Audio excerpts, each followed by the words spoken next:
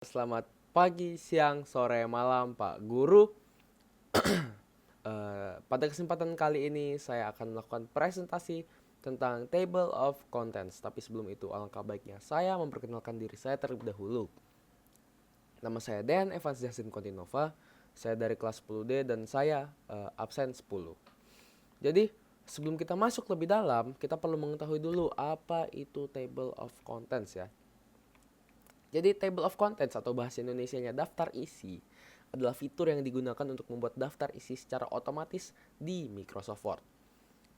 Jadi fitur ini dapat membantu kita untuk membuat dokumen lebih teratur dan profesional. Fitur ini memungkinkan kita untuk menyusun daftar isi secara otomatis berdasarkan judul-judul penting.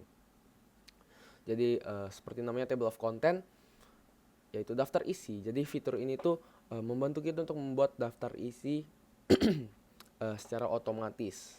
Jadi kita tuh gak perlu ketik-ketik lagi ya. Nah, dan karena namanya otomatis, jadi misalnya saya bikin pendahuluan di uh, uh, halaman 3 misalnya. Lalu saya ketik-ketik lagi dan ternyata saya mau pindahin ke halaman 4. Setelah saya pindahin ke halaman 4, di daftar isinya otomatis juga berubah ke halaman 4. Gak perlu kita ganti lagi dari 3 ke 4. Ya, tapi setelah kita mengetahui apa itu table of content, kita perlu mengetahui juga bagaimana sih cara membuatnya. Dan kita langsung saja masuk ke langkah-langkah cara menggunakan fitur table of contents. Jadi pertama-tama kita harus buat dulu style baru, yaitu judul dan subjudul dengan melakukan blok pada kata-kata yang ingin kita ganti stylenya. Jadi style ini juga salah satu fitur dari Microsoft Word. Jadi kita blok dulu kata-kata yang ingin kita ganti stylenya. Jadi style ini kita akan buat dua style, yaitu style judul dan subjudul.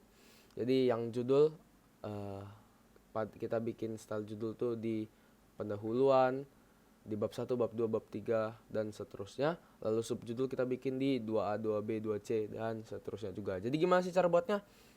Kita ke kiri ya. Jadi pertama pada segmen kita blok dulu, lalu pada segmen style kita tekan more, lalu kita create a style. Lalu setelah create a style kita ubah namanya sesuai yang kita blok tadi. Misal saya tadi blok bab 1 pendahuluan. Kita ganti nama stylenya jadi judul. Begitu juga dengan latar belakang, kita akan ganti dengan subjudul. Lalu terus-terusnya ke bab 2, terus 2A, 2B, lalu 3, 3, 3B. Kita tinggal pakai style yang sudah kita buat di sini nih. Lanjut. Setelah kita mengganti style pada judul dan subjudul, kita bisa menuju ke references, lalu tekan table of contents. Jadi setelah kita buka reference, kita bisa buka table of content di atas kiri. Nah, setelah kita buka table of content, ada banyak kan pilihan. Kita bisa tekan custom table of content. Jadi setelah kita tekan custom table of content, di situ ada table of content optionnya kan. Jadi optionnya tuh ada banyak sekali. Tapi yang perlu kita ganti adalah pada available stylenya. Kan available stylenya tuh ada heading 1, heading 2, heading 3, heading 4. Dan yang terisi kan heading 1, heading 2, heading 3. Sedangkan style yang kita mau pakai itu cuma dua, yaitu judul dan subjudul yang sudah kita buat di slide-slide sebelumnya tadi.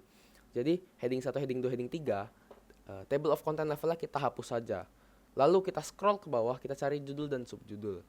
Lalu kita buat TOC levelnya 1 untuk judul dan 2 untuk subjudul. Karena levelnya subjudul tuh pasti judul tuh pasti lebih di depan daripada subjudul ya. Nah, jadi setelah kita tekan OK, kita tekan OK lagi dan inilah hasilnya. Di sini bisa kita lihat sudah jadi ya. Dan seperti yang saya bilang tadi, judul yaitu bab 1, bab 2, bab 3 akan lebih di depan dari subjudul karena levelnya tadi sudah kita ganti 1 dan 2. Dan itu sudah ada halamannya otomatis. Kalau kita ganti, misalnya bab 1-nya kita ganti, kita bikin di halaman 4 ya, kita ganti, ini kan halaman 6. Kalau kita ganti ke halaman 7, dia akan otomatis terganti di daftar isinya. Jadi mungkin sekian saja penjelasan saya untuk table of content dan langkah-langkah untuk menggunakannya.